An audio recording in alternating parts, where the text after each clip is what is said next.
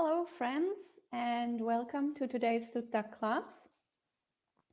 We will start with the Namo Tassa as usual. Feel free to join if you like. Namo Tassa Bhagavato Arahato Samma Sambuddhassa. Namo Tassa Bhagavato Arahato Samma Sambuddhassa. Namo Tassa Bhagavato Arahato Samma Sambuddhassa. Buddhang Dhammang Sanghang Namasami. So, welcome to today's Sutta class. Today we are reading the Sutta about the 7 Jatilas from the Samyutta Nikaya. And we'll have to see how it goes today because unfortunately I had COVID last week and I'm fine now, but my voice still hasn't fully recovered. So we will have to see how much I can talk today. And maybe we will have a bit of a shorter session today, depending on how it goes. So, but hopefully it will be fine, and hopefully we can get through this sutta. And this sutta is, as I mentioned, the 7 Jatila Sutta from the Samyutta Nikaya. This is Samyutta Nikaya number 3.11 from the Kosala Samyutta, so the chapter on King Pasenadi of Kosala, which is the same chapter where we read last week, where we read the sutta from last week. So again, one of the main characters in this sutta will be King Pasenadi of Kosala. And this sutta talks about the topic how to recognize somebody who has attainments on the path, how to recognize an arahant, or somebody who has made great progress on the path. And I think most people who have been around in Buddhist circles for a while, they will be familiar with people spreading a lot of stories about other practitioners. That person is an arahant, this monk is an arahant, that nun is an arahant, or such and such a lay practitioner is highly attained. And people just love to spread those stories. And from my experience, most of these people probably don't know those people that well, that they're making claims about, and often those claims are wildly exaggerated, and the stories that are attached to those supposed arahants are also wildly exaggerated. So in this sutta, we have a similar incident, and we will see how the Buddha responds to that and how the Buddha suggests that we actually evaluate people if we want to know whether or not they have attainments on the path. And so I think probably most of you will be familiar with the monastic rules in the Vinaya that prohibit monks and nuns from actually telling their attainments to other people. So if they make false claims about their attainments, then that is an offense that is so grave that they have to disrobe immediately, and they cannot reordain again in this life, so they cannot become fully ordained member of the Sangha again in this life, because that is such a grave transgression against the Buddhist rules to make such claims that, the consequences are quite severe. And even if you don't lie about it, even if you truthfully claim some kind of attainment, that still is an offense, although it is a bit of a minor offense. But still, the Buddha was very clear that monastics should not talk about their attainments. So, but still, people are very curious. People feel that this is such an unfortunate rule because they would like to know what kind of attainments other people have. But anyway, when we think about it, then we will see that actually it doesn't make sense for people to make such claims, because even if somebody goes around and says, well, I am an arahant, or I am a stream enterer, or I'm this, or I'm that, still you wouldn't know if they're speaking truthfully or if they are just making a false claim. So you can't really rely on people's claims in that way anyway. So here in this sutta, the Buddha makes a suggestion how we should treat this matter. And if we are really, really curious, if somebody has attainments, how we should go about it and how we can find out for ourselves. So let's get started with today's sutta. And there is a link in the live chat if you want to read along. I will be reading from Bhikkhu Bodhi's translation, and the link in the live chat, of course, is to Bhante Sujato's translation. So let's get started. Thus have I heard. On one occasion, the Blessed One was dwelling at Savatthi in the Eastern Park in the mansion of Migara's mother. So here the sutta starts with the Buddha being in Savatthi as usual, but he is not in Anathapindika's park as we would normally expect. He is in the mansion of Migara's mother, sometimes also called the palace of Migara's mother. And of course, we know that the Buddha had two very big monasteries in Savatthi. One of them is Anathapindika's park, and the other one is the monastery that was donated by Migara's mother. And Migara's mother is another name for the laywoman Visakha. And of course, Anathapindika and Visakha were the two foremost lay people, the foremost lay men and the foremost lay women, supporters of the Sangha. So both of them were extremely generous, and each of them donated a monastery. And this time the Buddha is in the one that was donated by Visakha, also known as Migara's mother. So, and now on that occasion, in the evening, the Blessed One had emerged from seclusion and was sitting by the outer gateway. Then King Pasenadi of Kosala approached the Blessed One, paid homage to him, and sat down at one side.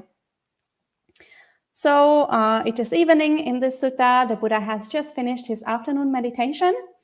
And it is interesting that back in the day, it seems that usually what the monastics did is that in the afternoon, they would spend the afternoon doing meditation, and then the evening was reserved for gatherings, for coming together, for talking about the Dhamma, for getting a Dhamma talk from the Buddha, for meeting one's teacher, or for meeting other teachers. So the evening was the time for socializing, and the afternoon was the time for seclusion. And in some forest monasteries, that is still the way that things are done. In other monasteries, it's very common that the afternoon is a busy period where you do a lot of work, where you have a lot of social interaction, and it's actually the evening where things quiet down and where people withdraw for their meditation. But back then, and also I think because India sometimes can be very hot and it's not that convenient to do a lot of stuff in the afternoon, people used to meditate in the afternoon, and then the evening, when it got cooler, was the time for more social interaction. So it's a little bit counterintuitive because we think in the evening things will calm down, and the evening is when you withdraw and you do your own thing. But actually, they did it kind of the other way around back then.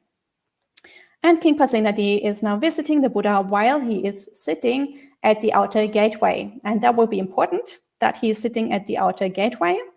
And the reason for that is what we will see in a minute. And so now on that occasion, 7 Jatilas, 7 Nigantas, 7 naked ascetics, 7 one-robed ascetics, and 7 wanderers, with hairy armpits, long fingernails, and long body hairs, carrying their bundles of requisites, passed by not far from the Blessed One.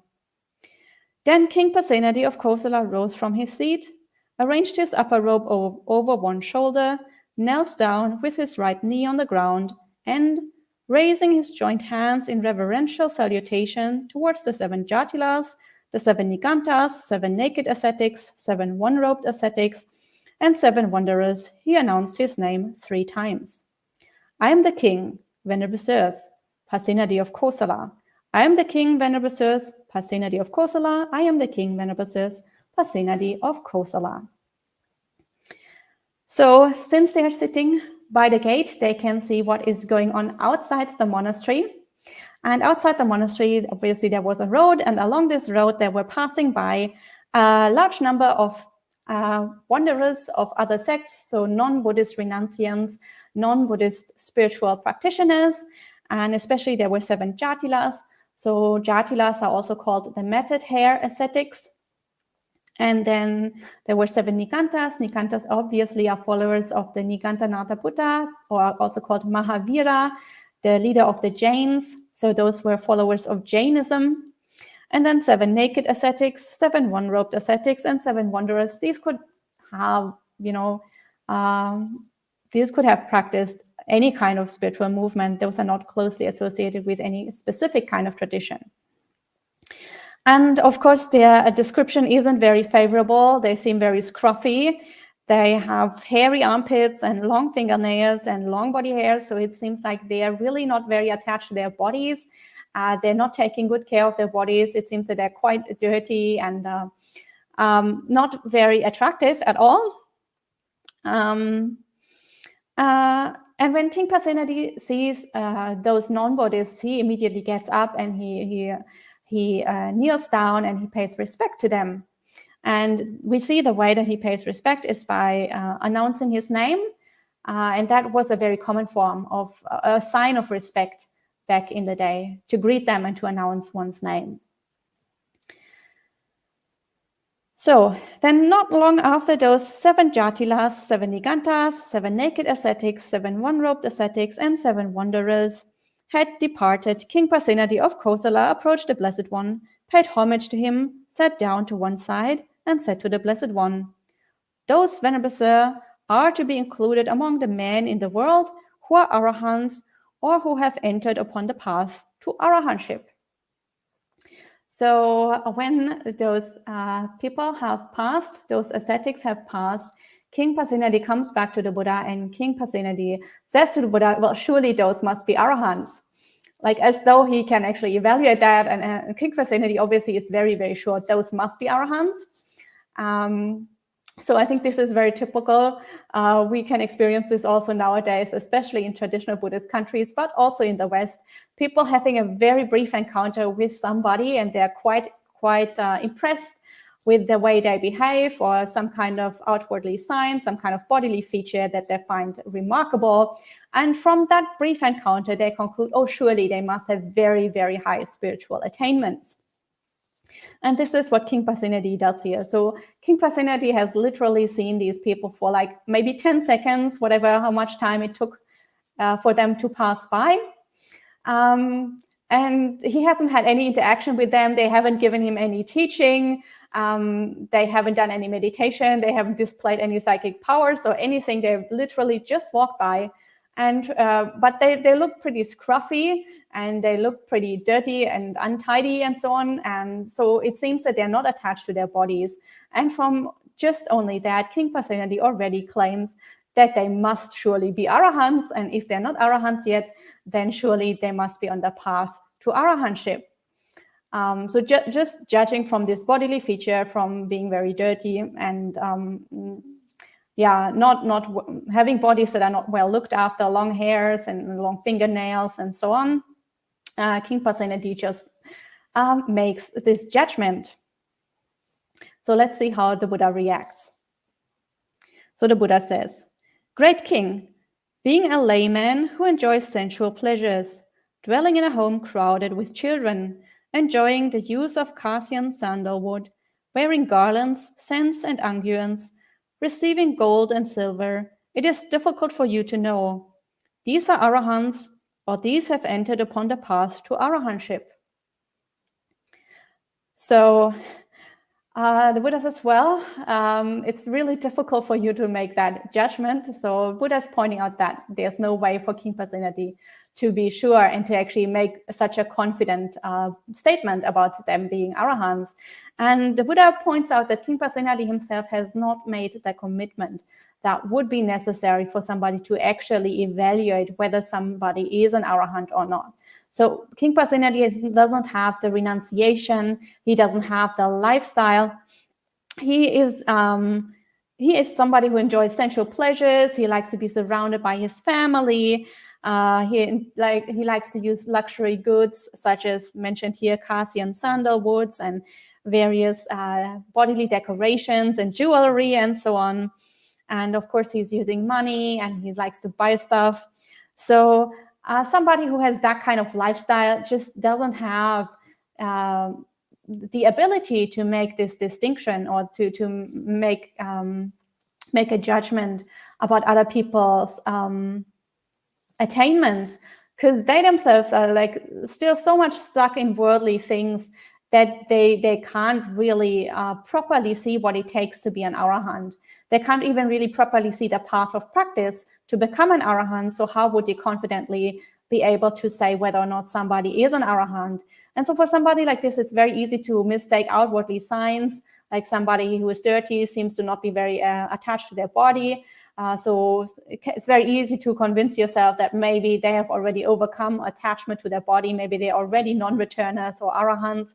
But these are just outwardly signs, and it's very easy to mistake them for any kind of real attainment if you don't know what you're looking for. So now the Buddha gives some instructions how you can actually evaluate if somebody has higher attainments on the path. And the Buddha says, "It is by living together with someone, great king, that his virtue is to be known, and that after a long time, not after a short time, by one who is attentive, not by one who is inattentive, by one who is wise, not by a dullard." So now the Buddha goes through a list of different qualities that somebody who is an arahant or somebody who has a higher attainments on the path needs to have, like by necessity needs to have developed in order to become an arahant. And the first quality that the Buddha talks about here is the virtue of that person. And then the Buddha also tells us how you evaluate whether or not somebody has that quality, like whether or not somebody has virtue in this case. And the Buddha says, you can only see if, or you can only confidently say or judge if somebody has virtue if you live together with them. So you really have to spend time with them. It's not enough to see them pass by on the street for 10 seconds and then make a judgment. You really have to spend a lot of time together with them, because everybody can fake their behavior for a few minutes, even for a few hours or a few days. Even everybody can put up a public face and pretend to be a lot holier than they actually are while they are around other people, while they're around lay people, or while they're out in public.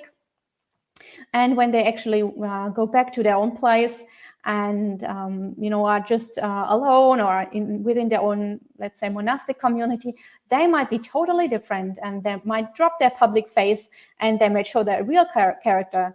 And for that reason, it's really, you have to spend a lot of time with them. You have to live together. And only then can you see if somebody is really virtuous or if somebody's just pretending for a while being out there in public, just trying to, show to people that they are better than they actually are.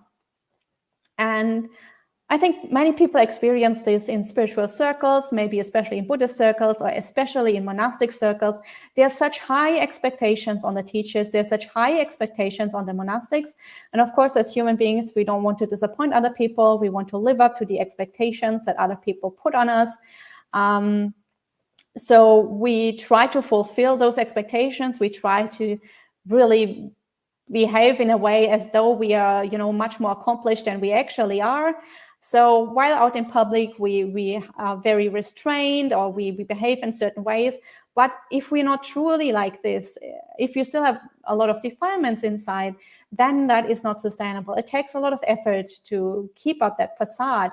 So after a while, you will see that crumble, and you will see the real person underneath. But that takes a lot of time, and that takes being very close to that person. So for that reason, the Buddha says you have to live together with that person in order to make a judgment about their ethics, about their virtue. And then the Buddha says you have to spend a long time, not a short time. So just spending a few days in a monastery or a few weeks, that won't be enough to actually say with confidence whether or not somebody is an arahant. Or somebody has some kind of attainments. You really have to spend a long period of time, let's say months, or even better, years, in order to confidently claim that you know whether or not somebody is an arahant. And then the Buddha also says, if you want to really evaluate another person, then you have to be attentive. You can't be inattentive. So, of course, you can live together with a person even for a long period of time. But if you do not pay attention, then how are you going to make a judgment? How are you going, like, if you don't pay attention, the other person can do all sorts of wild and crazy stuff, and you don't even notice because you're just so busy with your own stuff that you don't really see what is going on. So being attentive, being very mindful is one of the prerequisites for making these kind of judgments. So the Buddha, the Buddha doesn't only talk about the qualities the other person needs to have, the qualities that the arahant needs to have and that you can recognize. The Buddha also talks about the quality that you yourself need to have in order to be qualified to even make that kind of judgment. So you yourself need to spend a lot of time. You need to be attentive. And the Buddha says you need to be wise, not to be a dullard. So, of course, you need to have the wisdom to see what is actually virtuous behavior and what isn't. And sometimes that can actually quite easily be mistaken. And there are so many cases of people who misjudge other people because they think they know how an arahant should behave, or they think that they know how a noble person should behave. And then that somebody who is actually quite advanced on the path will behave in a way that is contrary to their expectations. And then immediately they're very disappointed. They have very strong reactions. They have very strong views about that person. But it might be that they didn't have the wisdom to actually evaluate those people properly. So sometimes situations can be a lot more nuanced than what people actually see on the surface. And people can behave in certain ways because sometimes they have knowledge about things that you might not have, or they have experience in things that you didn't really see or that you didn't experience. So people who have practiced the path for a long time, sometimes they might, for example, choose to behave in a way that they feel is more compassionate towards another being and not maybe follow every small Vinaya rule because they feel that that isn't appropriate in a certain situation. They feel that a certain situation needs a different response because a different response maybe is more compassionate or because the Vinaya rule wasn't laid down for that particular situation. But people who are quite new, they tend to be quite narrow-minded, quite strict about rules, and they sometimes don't see the bigger picture, for example. So that is one situation that I have actually experienced quite a few times, where people really start to criticize others when actually the others had a good reason for behaving in the way that they did. So there's a lot of wisdom also involved in evaluating and judging another person. It's really not easy to judge another person, or rather it is easy to judge another person. We all like to judge other people all the time, but to judge them correctly and to judge them with wisdom is totally a different matter. So the Buddha says, if you really want to judge another person, you really need to have a lot of wisdom yourself, and you need to have a lot of mindfulness. You need to be very attentive. So this was the first quality that the Buddha talked about, the virtue of that person that needs to be evaluated. And then the second quality that the Buddha talks about is as follows. It is by dealing with someone, great king, that their honesty is to be known, and that after a long time, not after a short time, by one who is attentive, not by one who is inattentive, by one who is wise, not by a dullard. So the second quality of that arahant that the Buddha talks about here is their honesty. And Bhante Sujato also translates this word as purity. And that we evaluate by dealing with them. So again, by being in contact with them, by seeing how they react. And here dealing doesn't only mean like economic transactions or making a deal or something.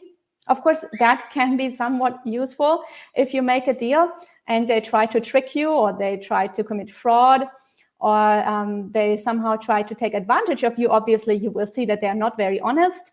So obviously, immediately you will know that they cannot possibly be arahants. But I'm not really talking about economic transactions here, because obviously arahants will usually try to avoid getting too much involved in, economic activities. But any other kinds of dealing with people, trying to organize things together, trying to, maybe, I don't know, organize some kind of Dharma program or something, just spending time with them, interacting with them. And over time, you will see, are they honest? Are they reliable? Are they trustworthy people? And of course, if they're not, then that's a very strong sign that they cannot possibly be an arahant.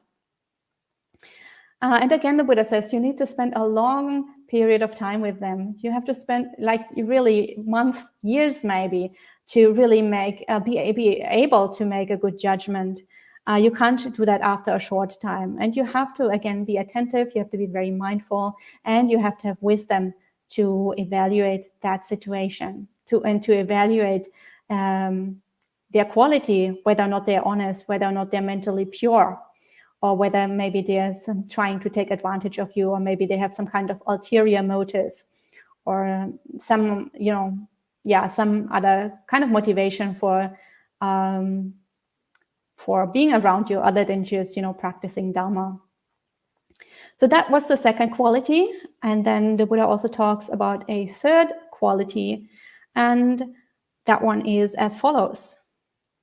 It is in adversities, great king, that a person's fortitude is to be known, and that after a long time, not after a short time, by one who is attentive, not by one who is inattentive, by one who is wise, not by a dullard. So the third quality that the Buddha talks about is the person's fortitude, or Bhante Sujato translates as resilience. So, and the Buddha says you can only in adversities, so only when there is difficulty, then only can you know how internally strong a person is, how they react to difficult situations. So only then can you judge their resilience or their fortitude. So when there's difficulty outside, you will see, do they still have anger inside of them? Are they reacting with anger? Are they reacting with ill will? Are they reacting with fear? Are they reacting in any kind of unskillful way? So are they still, do they still have defilements in their mind, or is their mind really totally pure and totally stable? And of course, you can only judge that when they're under pressure, when there is difficulty outside. And for that reason, again, you have to spend a long period of time with them, not just a brief moment or a brief few minutes or a few hours. Because again, anybody can, pretend to be calm under pressure for a little while if they really, try to, and if they're really mindful, then anybody can pretend to be an arahant for a little while. But to really sustainably have a calm and kind and wise behavior in any kind of situation under pressure, and whether they're under pressure or whether they're calm and everything's peaceful. And if you can sustain that for a long time, then that is a sign that you're not faking it and that they're genuinely very pure in their mind. So, and then the last quality that the Buddha talks about here is the arahants, or the supposed arahants' wisdom. And the Buddha says, it is by discussion with someone, great king, that their wisdom is to be known. And that after a long time, not after a short time, by one who is attentive, not by one who is inattentive, by one who is wise, not by a dullard. So the last quality to evaluate is, of course, the wisdom.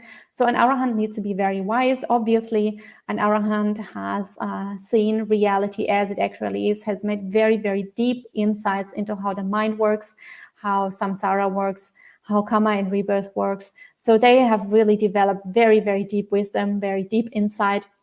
And you can evaluate that by discussing with them. So by just asking questions, by trying to understand their point of view, by seeing how they explain Dhamma, what kind of views they express. And again, not just one short, brief exchange, but spend a long, long time around them and see if they consistently express very wise and kind attitudes. And again, this requires that you are attentive. This requires that you are wise, that you can actually make these kind of judgments. And so by discussing with such people, we can see whether or not they have the wisdom that is required for arahantship. So these are the suggestions of the Buddha for qualities to look out for and for methods how we can test for those 4 qualities, namely virtue, honesty, fortitude, and wisdom. And we test that by being around them, by dealing with them, by seeing them in difficulties, and by discussing with them. So this was the Buddha's suggestion to King Pasenadi, how we can actually find out whether or not somebody is an arahant. So, and King Pasenadi then replies, "It is wonderful, Venerable Sir. It is amazing, Venerable Sir, how well this has been stated by the Blessed One. Great King, being a layman, and so on, it is difficult for you to know," and so on. And then he repeats the entire teaching of the Buddha, and so on, by one who is wise, not by a dullard. And then actually, so King Pasenadi really liked this instruction, and then he actually has a confession to make to the Buddha. And he says to the Buddha, "Actually, these, Venerable Sir, are my spies, my undercover agents, coming back after spying out the country. First, information is gathered by them, and afterwards I will make them disclose it. Now, Venerable Sir, when they have washed off the dust and dirt and are freshly bathed and groomed, with their hair and beards trimmed, clad in white garments, they will enjoy themselves, supplied and endowed with the 5 courts of sensual pleasure." So King Pasenadi has to, actually, he knew all along that they are not arahants and they cannot possibly be arahants, because they're actually his employees, they are his spies. They're just wandering around, deceiving everybody and tricking everybody and trying to get people to trust them and to tell them their secrets. So obviously they cannot possibly be arahants since they are deceiving everybody, and they're just using the monastic form in order to get other people to trust them. So they're very deeply abusing people's veneration and respect for spiritual practitioners, and they're abusing the trust that they have towards spiritual practitioners. And so they're just like really deceiving people on a very, very deep level and causing a lot of harm. So like they cannot possibly be arahants. And King Pasenadi knew that all along. They are spies. They're just pretending to be holy people so that people will trust them and that people will tell them their secrets. So very clearly, they cannot possibly be arahants. They're just fraudsters that are pretending to be arahants. And King Pasenadi knew that all along, and he was just testing the Buddha to see his reaction. And then King Pasenadi also describes how now they look very untidy and scruffy, and they really look like stereotypical ascetics, or like you would imagine an arahant maybe to look like back in the day. But actually, they're still very, very much attached to sensual pleasures.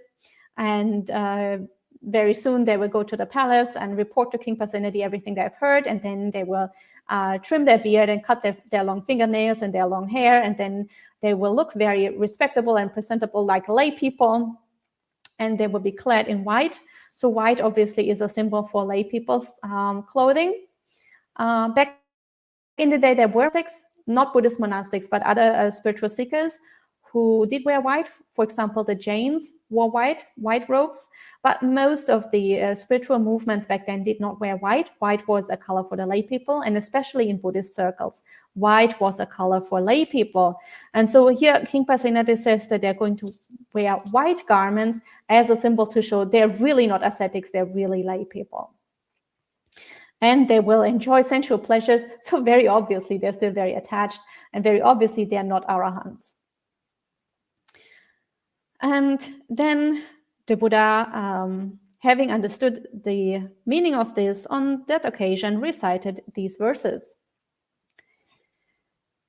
So the Buddha says, "A man is not easily known by outward form, nor should one trust a quick appraisal. For in the guise of the well-controlled, uncontrolled men move in this world, like a counterfeit earring made of clay, Like a bronze halfpence coated with gold, some move about in disguise, inwardly impure, outwardly beautiful. So again, the Buddha reinforces that you cannot judge by the outward appearance of somebody, or even by a quick appraisal of their whatever perceived mental qualities. You should never judge, you should never trust that kind of judgment, because people can very easily pretend to be holy, and actually they are totally just deceiving and defrauding you. So people can put on monastic robes and pretend to be monastics, and that happens even nowadays. Not so much in the West, sometimes in the West also, but much more in Asia, where people just put on a monastic robe, pretend to be a monk or a nun in order to get some kind of benefit, to get support from the lay people, to get money from the lay people, sometimes also to get visa so that they can go to other countries, and various reasons for people why they would put on monastic robes without having a genuine spiritual vocation or aspiration. So that happens a lot. So the Buddha just reinforces again and again, just don't trust the outward appearance, or don't trust a quick appraisal of their whatever perceived mental qualities.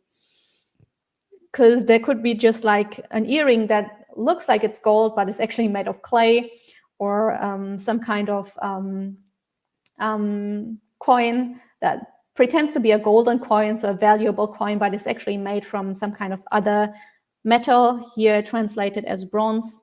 And I think Bhante Sujato translates as copper. So anything that's much less valuable than gold. And they're just people being there in disguise, pretending to be much holier and much more accomplished than they actually are. So that is the Buddha's teaching for how to evaluate somebody's spiritual attainments. And as you can see, there are some criteria how to evaluate that person, but there are also some prerequisites that you have to fulfill in order for you to be actually competent to make that judgment. And also the Buddha says it will take a long period of time. So it's not just going to be a quick and easy thing, or a quick and easy judgment. If you really want to know whether somebody is accomplished on the path, you really have to make a commitment also, and you have to spend a lot of time, and you have to be also very honest in your own desire, wanting to know whether or not somebody is accomplished. So it's not just because you feel a little bit curious and you just I don't know, have nothing better to do, so you just start gossiping about or speculating about other people's attainments, and that's really something that isn't very useful. It doesn't really lead anywhere, because you're not, like, in that kind of situation, nobody's actually competent to make that kind of judgment.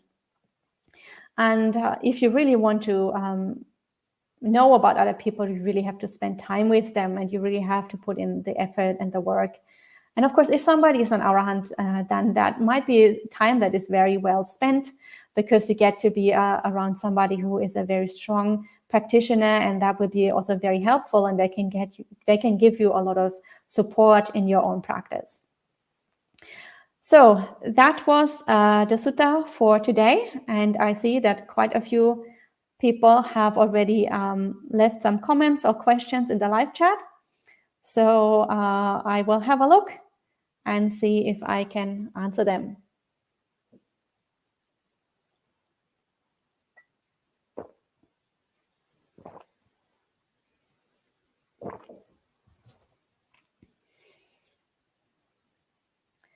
So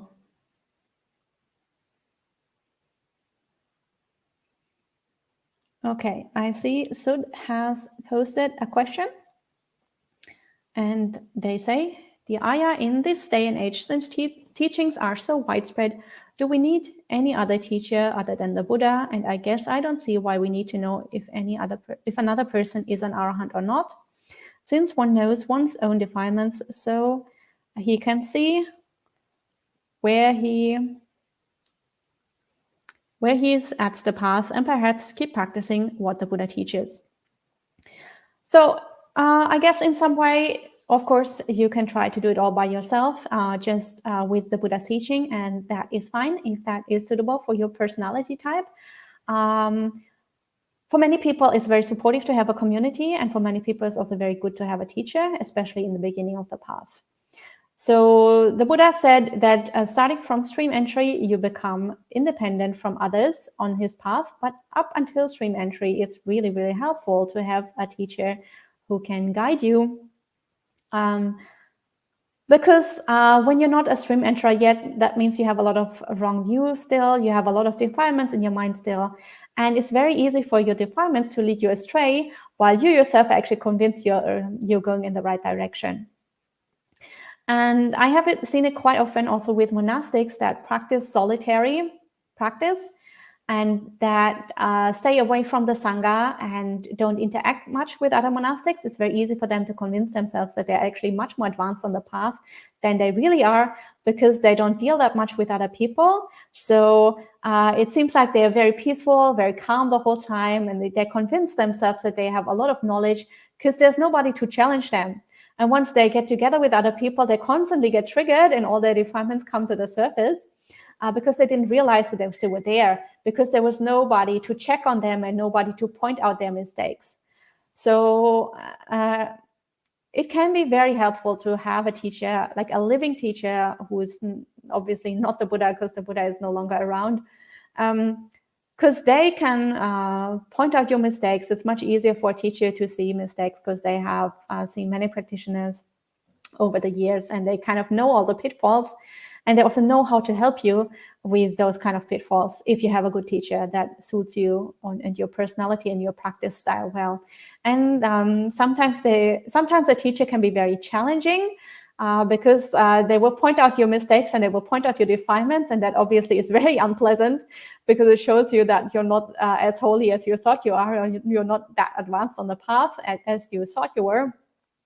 So having a teacher can be very challenging and it can be somewhat unpleasant, but it can help you to make progress much faster because they really tell you where to look instead of you just trying to do everything on your own. It's kind of the same like with any other teacher. Like if you have a small child and you wait for the small child to invent math on their own, then they will probably never invent math. But if they go to school and there's a math teacher who teaches them about numbers and about additions and subtractions and integrals and whatever, then they will learn all this stuff in a fraction of the time that it would take them to actually invent it all by themselves. So a teacher can be really, really helpful on the path. But as I said, it depends on your personality. And for some people, solitary practice might be useful, but it's up to the practitioner. And also there might be periods when you do it on your own, and then there might be periods where you really benefit from being with a teacher and from being with a group of practitioners so you can support each other. And then Piyal and Indira have another question. And they say, I would think Sila, Samadhi, and Panya, virtue, concentration, and wisdom, would be 3 standard qualities to recognize one who is advanced in the path. Why is quality of Samadhi not addressed here? Is it because it is difficult to recognize this quality in another? For example, the attainment of jhana, even after staying with them for a long time, compared to virtue and wisdom. Yeah, so I think I asked myself the same question. How come the Buddha doesn't mention Samadhi here, and instead he mentions honesty and fortitude, or purity and resilience, depending on the translation? And I think it is very difficult to evaluate Samadhi as an outsider unless you have psychic powers and actually can read other people's minds. So Samadhi is a difficult quality to evaluate, and also the amount of Samadhi that somebody needs depends from practitioner to practitioner. So some people might actually make the breakthrough to arahantship based off the first jhana, and other people might have to go all the way to the cessation attainment. So the range of Samadhi that you need to attain on the path is quite wide. And also can give rise to a lot of wrong view if the person doing the evaluation isn't that advanced. So they might think, oh, this person only has the first jhana, so they cannot possibly be an arahant, or this person already has whatever the fourth jhana, so they must be an arahant already, when they're actually not. My guess is that samadhi is difficult to evaluate, because like if somebody is in samadhi, all they're doing is just sitting there meditating. It looks like any other kind of meditation. So whether somebody is just doing some kind of contemplation that isn't even in the first jhana, or somebody is in a jhana, or somebody is in an immaterial attainment, from the outside it all looks the same. It's just somebody sitting there meditating. So samadhi is really difficult to evaluate for an outsider. And especially the Buddha here is talking to King Pasenadi, and King Pasenadi is, as the Buddha said, still very kind of caught up in sensual pleasures. So for somebody like this to judge another person's depth of samadhi is like really difficult, and it's really difficult to give criteria for actually evaluating that.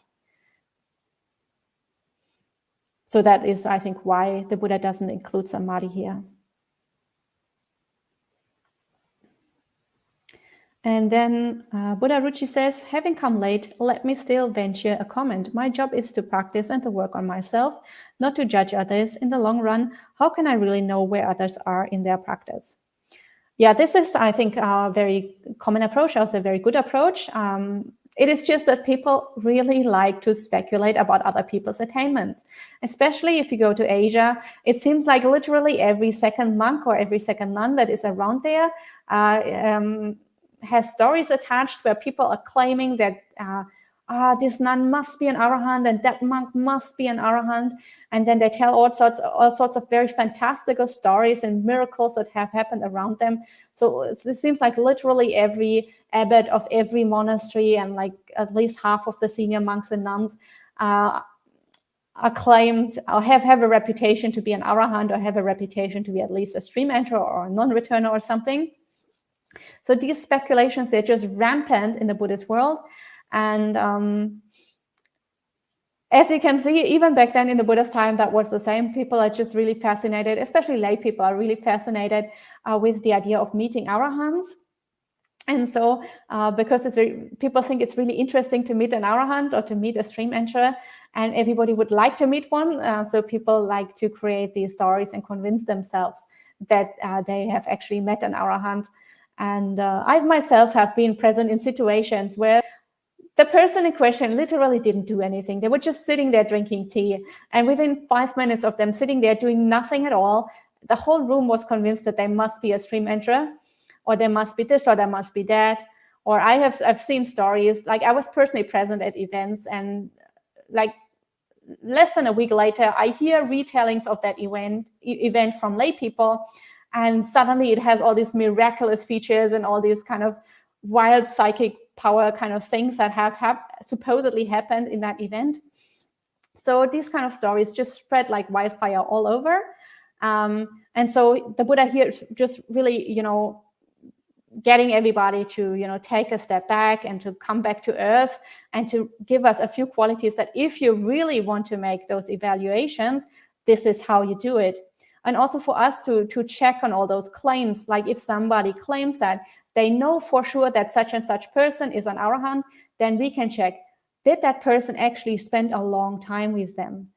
Are they actually attentive? Are they actually wise? Did they do the discussions? Did they check on them in difficulties? Did they live together for a long time? And then we know if that person that's making that claim is actually qualified to make that claim or not. So for us, it's just easy to, kind of debunk all those stories that are going around. So in that sense, I think it's helpful to have suttas like this. And of course, yeah, I also think it's not that useful to really try and evaluate other people. It's much better to focus on one's own practice. But also sometimes it's just helpful to know if somebody is more advanced on the path than we are, because then, of course, we can have more trust in the guidance that they give us. So in that sense, sometimes it can be helpful to have a few criteria to know how to evaluate how advanced somebody is. And whether or not then they are an arahant or they are a stream enterer or they're just a really good practitioner, in the end, it doesn't matter. But to have a few criteria to know, like, how does somebody behave who is very advanced on the path, I think that can be helpful sometimes.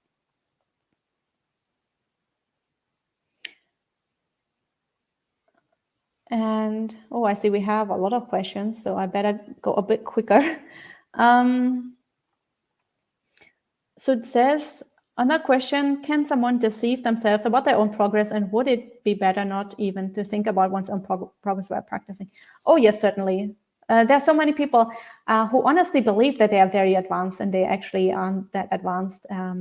As I mentioned before, especially if you practice on your own and you don't have a community around you, it's very easy to think that you're so advanced already and that you understand so much and that you have so much wisdom, because there's nobody who challenges you and there's nobody who triggers your defilements. On the contrary, but if you're with a group, other people can really, really trigger you and trigger your defilements, and then you'll see that you're not actually that advanced as you thought.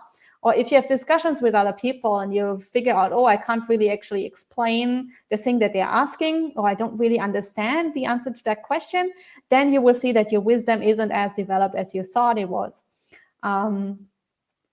So it's very easy actually for people to think that they're much more advanced than they are.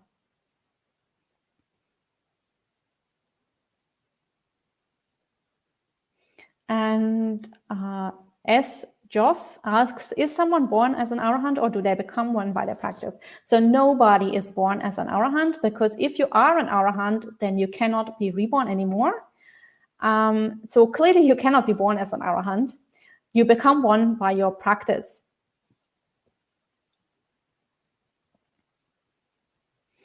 And Buddha Ruchi says, it might be dangerous to make judgments about others given how wrong we can be. What do you think of all this? Yeah, so I think also, like, if my personal approach is, if I make a judgment, then that is my personal judgment, and I wouldn't spread it all around and tell everybody about it, because I could be very wrong. Unless the case is so obvious, like unless somebody is really, really doing harm to others, in that case, I think it's good to warn others to make sure that they don't get harmed in the process. So there are people out there who claim that they're very advanced, but they're just really taking advantage of others. And people have been very, very badly harmed and abused psychologically, mentally, physically, and in many other ways. So in that case, I would try to warn the people who are vulnerable. So in that case, I can make, let's say, a negative judgment because the behavior of that person is so bad that I can know for sure that they're not an arahant. And in that case, I would try to warn others who might get in danger. But otherwise, I think my personal approach is that if I have an opinion, I know it's only my opinion and I could be very wrong. So I'm not qualified to spread that all over the place. Anyway, that's kind of my kind of thinking about this. And then Anagarika Sunya says, some people will claim their teacher is an arahant to praise them. My response is usually in the opposite direction.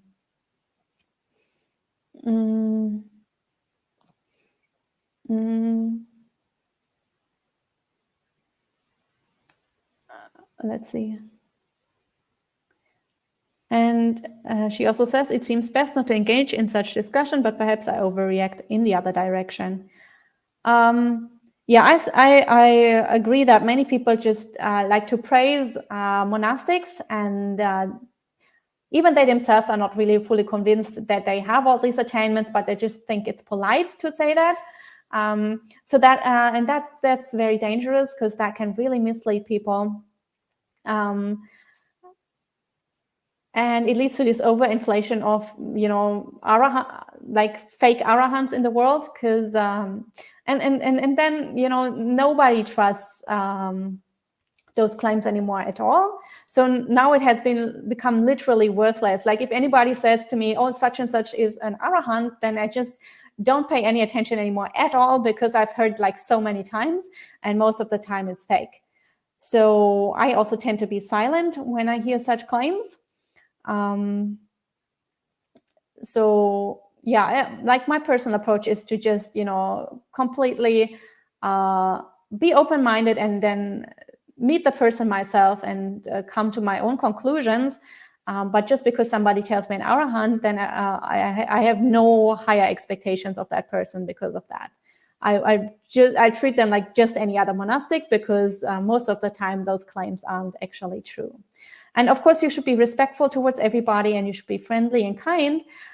So even if the other person turns out to be a real arahant, you haven't made any bad karma, or you haven't done anything disrespectful towards them. So that's kind of my own approach. And then Buddha Ruchi also says, when others criticize me, their mastery might not matter much. But when I examine the criticism, if they are right, then I have an obligation to make a change.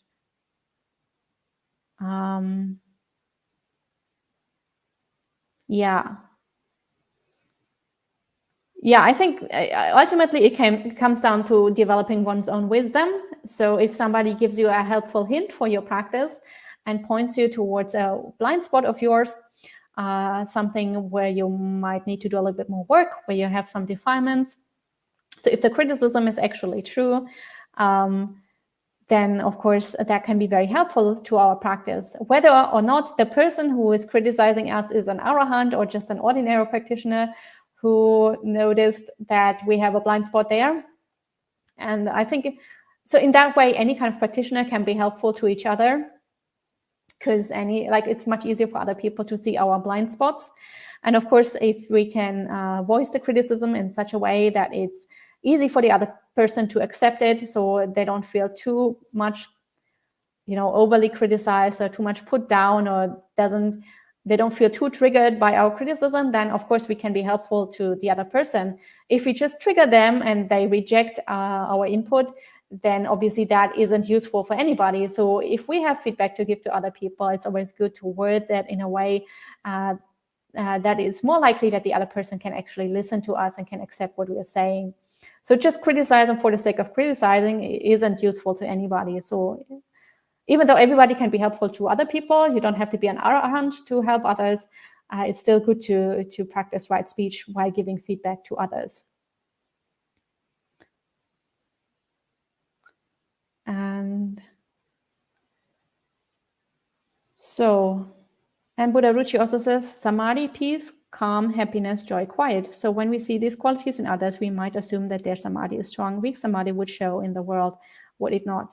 Well, in some ways, I guess it would. I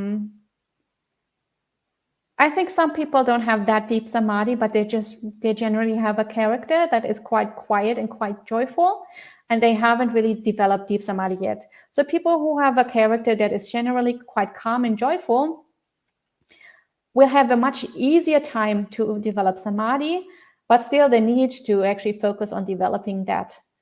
And I think not necessarily everybody who is just calm and joyful has samadhi, but it could be an indicator that they have it. So Sud asks, basically the only surefire way to really know would be if you miraculously developed psychic power of mind reading and perhaps then read the other person's mind, kind of like how the Buddha does it. In some way, yes. Of course, the method that the Buddha gives us here is just a method where we can make some deductions, and we know that if the person has those 4 qualities, then there is a higher possibility that they might be arahants, but still we cannot be 100% sure. So yeah, in the end, only the Buddha and maybe some very advanced arahants can be sure, because they can read other people's minds. But as I mentioned, in the end, it's sometimes just important that the person is higher advanced on the path or more advanced on the path than we are. And then we can get some guidance. But again, in the end, it depends on us developing our own wisdom. So if the other person gives us guidance and we know this is totally wrong for us, or it would be unwholesome for us or unbeneficial, then still we need to listen to our own wisdom, because ultimately we have to take responsibility for our own path. And if things go wrong and if we make bad karma, then it is our bad karma and we can't blame it on the other person. We can't transfer the bad karma to that other person who gave us the advice. So ultimately, it is our responsibility. And for that reason, we need to make sure that we only listen to good people or to more advanced practitioners, and we develop our own wisdom. That is actually the most important. So, and then as Joff also asks, does an arahant have self-awareness of the arahanthood? Yes, definitely they have self-awareness of the arahanthood. So first, you have what is called vimutti or deliverance in Pali, and then you have the knowledge. What Bhikkhu Bodhi translates as knowledge and vision of deliverance. So you know for yourself that now you are completely freed, that you have let go of all your defilements, and that you have become an arahant. So this is one of the qualities or one of the insights that come with arahantship. And so for that reason, an arahant definitely has self-awareness of their arahanthood. So that was the last question for today. And we have been going for 1 hour already. So it's time to wrap up. We will finish today with 3 sadhus as usual. Feel free to join in if you like. Sadhu, sadhu, sadhu. So next week, we will have the Sutta class as usual at 8 a.m. New York time. For those people who are tuning in from Europe, Europe will be changing to daylight savings time next weekend. So for us in Europe, it will be 1 hour later. So back to, if you are in European Central Time, back to 2 p.m. If you're in other places in Europe, then make your own calculations. But for people in the US, it will be as usual 8 a.m. New York time. Just reminding everyone else to check their time zones. And now I wish you a good rest of the day and a happy week. And I will see you all next Tuesday.